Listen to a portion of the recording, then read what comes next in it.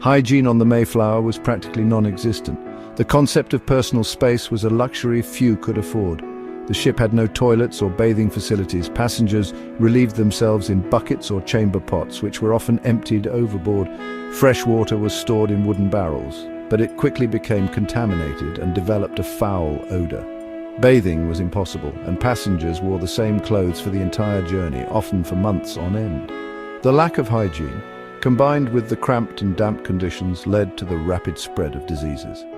Scurvy, dysentery and seasickness were rampant, and many passengers, both adults and children, succumbed to these illnesses during the voyage. Daily life aboard the Mayflower was a monotonous routine, punctuated by moments of fear and uncertainty.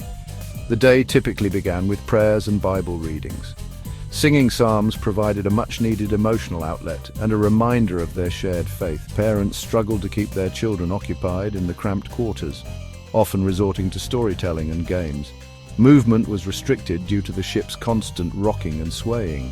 Storms were a frequent occurrence, forcing passengers to stay below deck for days at a time in darkness and fear.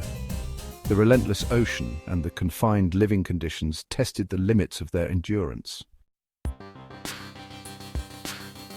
The passengers on the Mayflower were not a homogeneous group. They were divided into two main groups: the separatists, who sought to break away from the Church of England, and the strangers, who were motivated by economic opportunities or other personal reasons. Tensions often ran high between these groups as their motivations and beliefs clashed. To maintain order and unity, the male passengers signed the Mayflower Compact. This document established a set of rules for self-governance in the New World, emphasizing the importance of working together for the common good.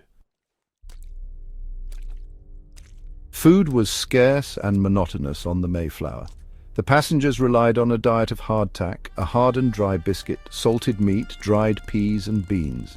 Fresh fruits and vegetables were non-existent, and cooking facilities were limited. Meals were often cold and unappetizing. Occasionally they were able to heat food over small charcoal braziers, but this was a luxury. The poor diet contributed to the passengers' weakened state and made them more susceptible to diseases.